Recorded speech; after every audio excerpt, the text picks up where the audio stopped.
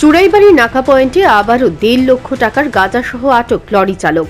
গোপন খবরের ভিত্তিতে অভিযান চালিয়ে পুলিশ গাঁজাসহ এই চক্রের এক চাইকে জালে তুলতে সক্ষম হয়েছে।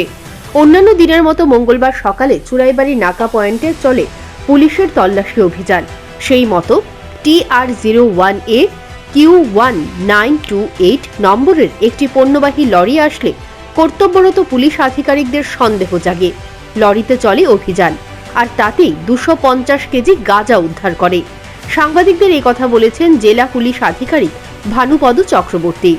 22 তারিখ গাড়ি নিয়ে সোনামুড়ায় সিমেন্ট খালি করে চালক নরসিংগড় থেকে গাঁজা নিয়ে গুয়াহাটি হয়ে শিলংয়ের উদ্দেশ্যে যাচ্ছিল। চালকের নাম সুরজিৎ মজুমদার, বাবা নারায়ণ মজুমদার, বাড়ি এয়ারপোর্ট এলাকায়। মহকুমা পুলিশ আধিকারিক দেবাশিস সাহা, ডিসিএম অমরচাঁদ বিশ্বাস ও সঞ্জীব দেবনাথ তাদের উপস্থিতিতে গাড়িটিতে তল্লাশি চালিয়ে 47 প্যাকেট 250 কেজি গাঁজা উদ্ধার করে পুলিশ। আজকে গোপন সংবাদের উপর ভিত্তি করে চুড়াইবাড়ি নাকা, যেটা 19/8/2023 থেকে ত্রিপুরাকে নেশামুক্ত করার জন্য আমাদের রাজ্যের মাননীয় মুখ্যমন্ত্রী আহ্বান এটা শুরু হয়েছিল। আমরা রেগুলার এখানে সাকসেস পাচ্ছি।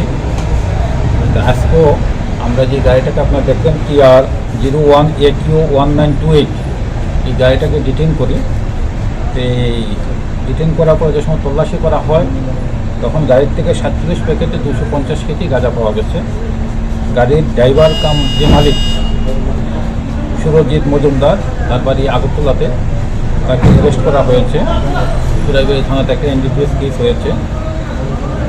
আর গাড়িটা এসেছিল আগরতলার থেকে, এটা গুয়াহাটির দিকে যাচ্ছিল। আবার পাওয়া গেছে, বাকিটা আমরা বের করবো। কালোবাজারের মূল্য কত? কালোবাজারের মূল্য প্রায় 50 লক্ষ টাকা। রাজ্য সরকার নেশামুক্ত ত্রিপুরা গড়ার লক্ষ্যে কাজ করে চলেছে। সেই মতো পুলিশ আধিকারিকদের নির্দেশ দেওয়া হয়েছে নেশা দ্রব্যের বিরুদ্ধে অভিযান জারি রাখতে। পুলিশ অভিযান জারি রেখেছে, আর তাতে কিছুটা হলেও সাফল্য আসছে। Bureau report, news prime Tripura.